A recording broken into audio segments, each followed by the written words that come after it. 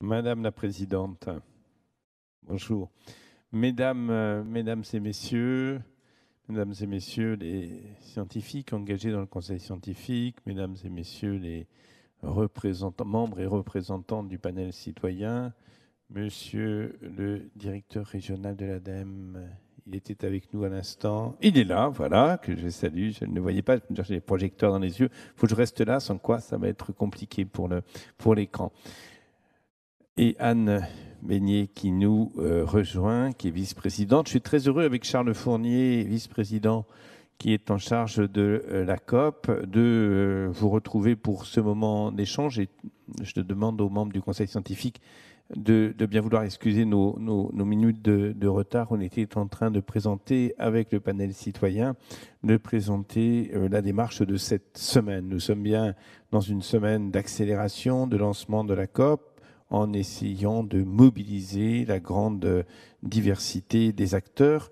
Cet après-midi, avec vous, membres du Conseil scientifique, vous, membres représentants du panel citoyen, un échange pour, je crois qu'il n'y a pas eu de rencontre directe et formelle jusqu'à maintenant, un échange pour à la fois voir comment le panel citoyen s'est positionné, a produit un document, s'engage dans cette période qui doit converger à la constitution de véritables réseaux, à des engagements concrets sur cette COP Action, et voir avec vous comment vous inscrivez, Madame la Présidente, Mesdames et Messieurs, comment vous inscrivez votre mission dans la durée. À l'évidence, la période qui a été la période de confinement, la période liée au Covid, à l'évidence, notre calendrier, votre agenda ont été quelque peu bousculés. Ça n'enlève rien à l'ambition qui est celle de la région en la matière, une région, vous le savez, complètement investie. On nous disait à l'instant, Charles, que à l'échelle de l'Europe, il y avait assez peu de régions qui étaient engagées en tant que telles et qu'on avait plutôt une démarche pionnière en la matière. On a des collectivités qui s'engagent, mais qui sont des collectivités souvent infra-régionales. Nous, c'est à l'échelle de la région et avec les autres collectivités, bien évidemment, que nous engageons cela. Vous le savez, la COP va couvrir un champ extrêmement ouvert d'action, que ce soit pour la performance énergétique des bâtiments, que ce soit de l'ordre de la consommation, que ce soit de l'ordre de la production d'aliments, que ce soit sous l'ordre de la mobilité, et nous pourrions ainsi allonger les choses. Il y a dans ce travail de la recherche qui est engagée, Anne, qui est importante, de l'innovation technologique, mais c'est pas parce qu'on fait de la recherche et de l'innovation technologique qu'on est a priori systématiquement orienté vers une réduction de production de gaz à effet de serre, qu'on est orienté vers une réduction drastique de production de carbone. On sait qu'il y a beaucoup d'actions engagées pour moins produire, des actions à engager pour stocker cette production de carbone, et qu'on reste dans l'urgence. Je dirais juste ça. On pourrait considérer que les 2-3 mois pendant lesquels nous avons les uns et les autres une phase de confinement ont été des 2-3 mois de stand-by. En réalité, je ne le crois pas par rapport à ce sujet. Je pense même que ça a été davantage une période d'accélération de la prise de conscience, d'éclairage d'un certain nombre de réalités qui étaient à l'œuvre, mais qui se sont trouvées au niveau de la prise de conscience de nos concitoyens comme au niveau de la réalité éclairée. J'en veux pour preuve que la problématique de la consommation de proximité, elle est posée aujourd'hui de manière plus forte, plus globale, et que ça interroge et le process de production, de distribution des produits agricoles et le process de consommation de nos concitoyens. J'en veux pour preuve, et c'est important ce que je vais dire, que le problème des transports. Le transport aujourd'hui se trouve un peu à la convergence de deux tendances. Il y a à la fois la prise de conscience qu'il faudrait du transport collectif davantage, les gens semblent prêts à cela, et en même temps, quand on parle du Covid, les gens se disent est-ce que les transports en commun, notamment dans les très grandes villes, ne constituent pas un enjeu de protection? En tous les cas, on voit bien que nos concitoyens s'engagent dans une réflexion là-dessus qui est une réflexion forte, et notre volonté, c'est vraiment d'aller très le plus vite possible là-dedans, avec un conseil scientifique qui nous éclaire, qui nous dit voilà les enjeux de telle ou telle situation. Donc on va porter juste avant l'été là une mobilisation plus forte encore des acteurs pour, au cours de l'été et juste au moment de la reprise, avoir une accélération de l'accompagnement de toutes les actions qui pourront être menées. Donc merci à vous, Conseil scientifique, merci Madame la Présidente de votre engagement, et merci à vous qui constituez vraiment le réseau des acteurs, panels, associations, de nous accompagner dans cette affaire. Charles ? Oui, si ça marche. Quelques mots complémentaires. Dire que COP, c'est une conférence des parties, et donc ces parties, on les a identifiées en région. Je ne vais pas les reciter, mais évidemment que les citoyens étaient une partie prenante très importante dans la réussite de la mise en œuvre de notre COP, qui se veut être une réponse opérationnels aux trajectoires qui sont fixées à l'échelle mondiale, à l'échelle européenne, à l'échelle nationale, à l'échelle régionale. Nous connaissons les trajectoires et nous ne pouvons plus nous permettre de les décaler dans le temps ou de constater les écarts avec ces trajectoires. Le sujet, c'est comment ce que nous faisons est en cohérence avec ces trajectoires.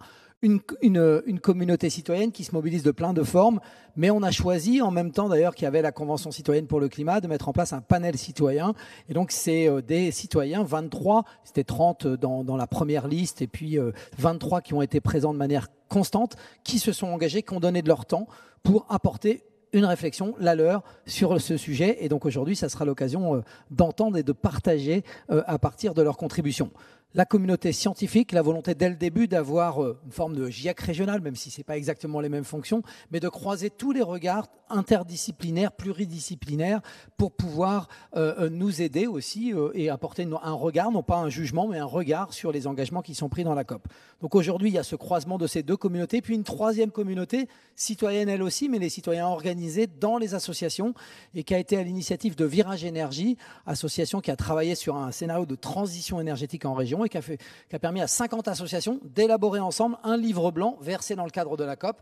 La séance d'aujourd'hui, c'est le croisement de ces regards-là. C'est libre. Nous, on n'y a pas mis de contraintes particulières. L'intérêt, c'est ce que vous allez échanger, est-ce que ça va enrichir pour les uns et les autres, est-ce que ça viendra, la manière dont ça viendra donner de la force aussi à la COP régionale, à l'accord et aux engagements qui seront pris dedans. Je ne serai pas plus long, je vais laisser la parole à Anne pour parler de la dimension d'engagement scientifique. Alors, en effet, moi je me réjouis de cette réunion, parce que ça fait longtemps qu'il fallait faire rencontrer le conseil scientifique et le panel citoyen. Vous l'aviez demandé.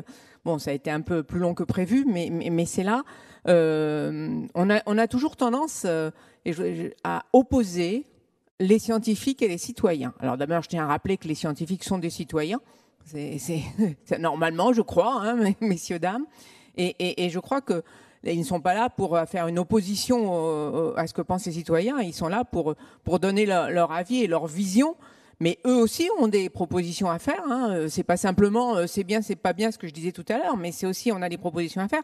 Je ne sais pas si c'est encore rentré, mais je sais déjà que le CNRS et l'INRAE doivent rentrer des engagements. Donc je ne sais pas si je leur ai rappelé que ce serait bien que ce soit avant le 15 juillet qu'ils le rentrent, mais je ne sais pas s'ils ont encore eu le temps de le faire. Donc voilà, moi je pense, c'est ce qu'on essaye de faire. Vous savez, les régions, elles sont aussi responsables de la culture scientifique, technique et industrielle. Et à chaque fois, on essaye de faire, et il va bientôt y avoir un appel à projet qui va être lancé. Ce qu'il faut, c'est que les citoyens rencontrent les scientifiques. Après, chacun se fait son avis.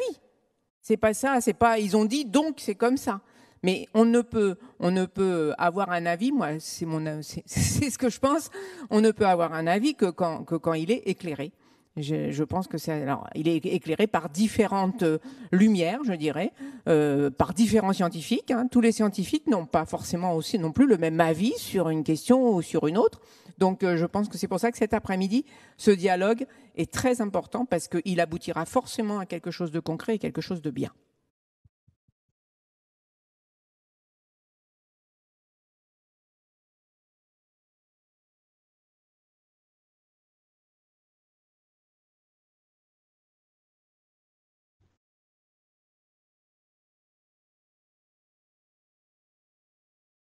Madame la Présidente, vous nous recevez.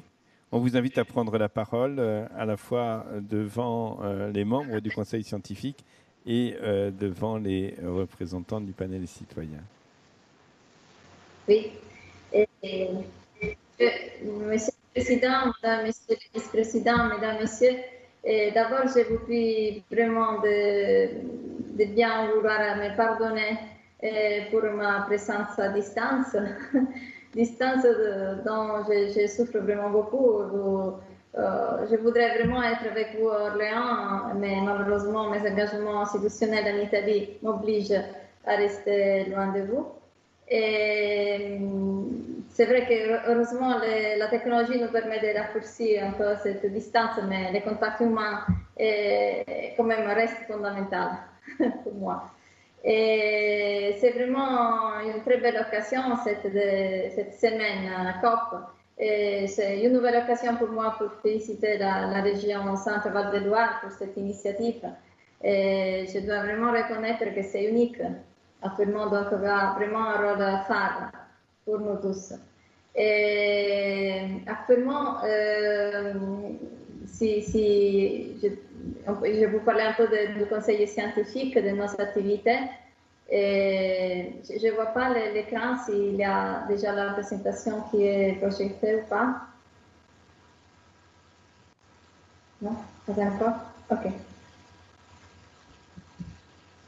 Et donc, c'est vraiment une occasion unique pour moi en particulier en tant que présidente de ces conseils scientifiques. Je crois vraiment, je crois fortement que nous pourrons ensemble donner une importante contribution à ce nouvel élan à donner à la COP régionale après la pandémie. Après la pandémie, on espère qu'on est déjà que c'est déjà du passé. Et le conseil scientifique s'engage très sérieusement pour soutenir la COP dans ses activités. Et comme le président a remarqué, notre volonté est d'assurer la pertinence du processus COP et des travaux.